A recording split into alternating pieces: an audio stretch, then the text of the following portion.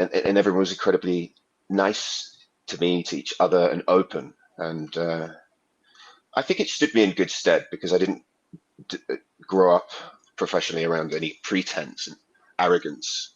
Uh, in that sense, I feel maybe quite fortunate that I had that education from those people who were incredibly well grounded. After it's like, what have you got to prove anymore? You've got 40 number ones, and you've been, the brass section used to the woodwinds and the brass players used to play for Sinatra in Vegas, and everybody had done everything. It's like no, so there was nothing to show, and it was really humbling to me to be brought into that group, and I learned so much.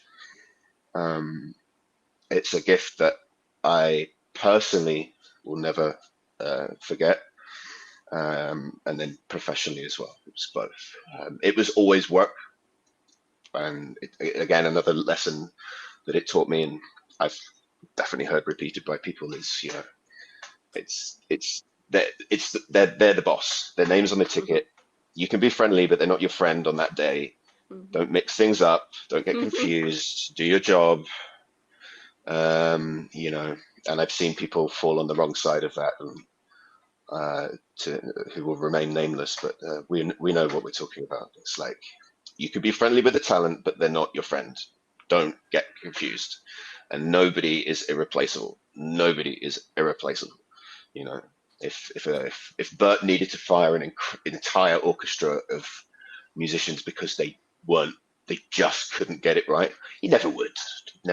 He'd never push a button, and nobody would present him with, not the right group of people to work with. But yeah, no, like never forget that nobody's irreplaceable.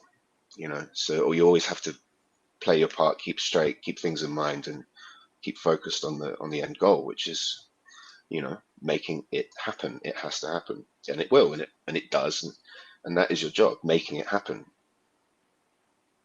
It's Wow. being the show. Yeah.